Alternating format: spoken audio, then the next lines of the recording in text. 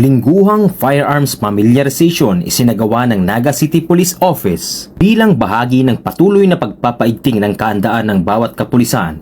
Regular na nagsasagawa ang mga personahe ng Naga City Police Office ng lingguhang firearms familiarization and proficiency training. Kabilang sa pagsasanay ang tamang paghawak, pag-inspeksyon, assembly at disassembly ng mga issued firearms at kani-kanilang authorized personal firearms. Layunin nitong mapanatili ang mataas na antas ng kaalaman, disiplina at kasanayan ng bawat pulis sa ligtas at wastong paggamit ng kanilang sandata. Sa pamagitan ng tuloy-tuloy na pagsasanay, higit na napaghahandaan ng mga personahe ang anumang sitwasyon na nangangailangan ng mabilis, maingat at profesional na pagtugon sa pagpapatupad ng batas. Patunay ito ng patuloy na dedikasyon ng Naga City Police Office sa pagpapanatili ng kahandaan at pagbibigay ng dekalidad na serbisyo para sa isang ligtas at mapayapang Naga City.